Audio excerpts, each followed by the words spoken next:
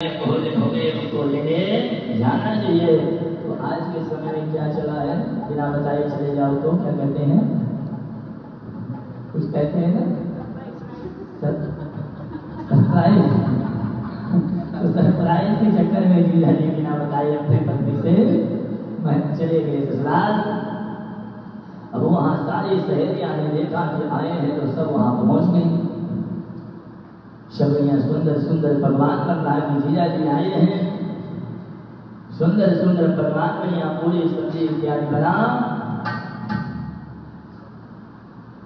अब वो लड़की सोचने लगी कि मैंने इतनी बड़ाई इनकी की है और ये बिना बताए आ गए तो सारी सहेलियां बैठी हुई है। इन्होंने कुछ ऐसा बोला तो मेरी तो सब तकलीफ जो भी मैंने बताया सब यही भूल जाएगी। तो उसने सोचा कि इनको अपने से कोई ही नहीं जाने दूंगी तो सहेलियां बात ही नहीं कर पाए। तो वहीं खाना बना रही थी और वहीं बैठा ली, बोली यहीं बैठिए, भोजन बन जाए तो भोजन करके अपन चलते हैं। भोजन बनाने लगी, भोजन जैसे तैयार हुआ तो भोजन परोसने लगी सहेलियां। जीजा जी को सुंदर सुंदर भोजन परोसा जाए। अब यहाँ भोजन परोसा जा रहा है। अब वो गांव के लिए शहर की पूड़ियां तो जानते हो इतनी कृषि होती है, गांव की पूड़ी इतनी और शहर की इतनी। तो उन्होंने जैसे दो पूड़ी रखी, उन्होंने जैसे दो पूड़ी रखी तो उन्होंने क्या किया, छोटी छोटी पूड़ी को एक पूड़ी उठाया और सब्जी में दिया और खाया।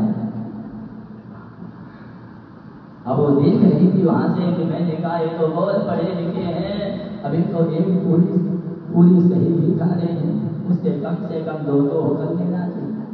तो वहीं से इशारा कर रही है धीरे से, कम से कम एक पूरी के दो टुकड़े तो करो। उनको लगा कि शायद कह रही है थके थकान आए हो, देखो पूरी क्या खा रहे हो, दो दो पूरी खाओ।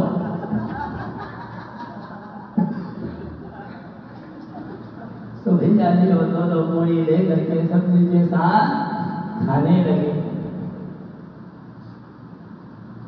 तो उसने माथा में हाथ मारा, तो उनको लगा कि कह रही है कि पूजा की पूरी है तो पहले माथे से लगाओ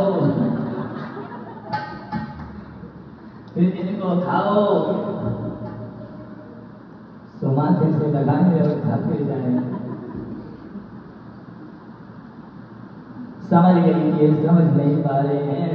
तो कह रही है चूल्हा से कहती है कि जैसे चूल्हा पहले जल रहा था वैसे ही, जब इससे तो पहले ही अच्छा था, पहले तो कम से कम एक ही खा रहा था। तो कहने का तात्पर्य है कि कभी कभी जीवन में ऐसी घटनाएं हो जाती है। एक और कहानी बताऊं आपको कि एक लड़की का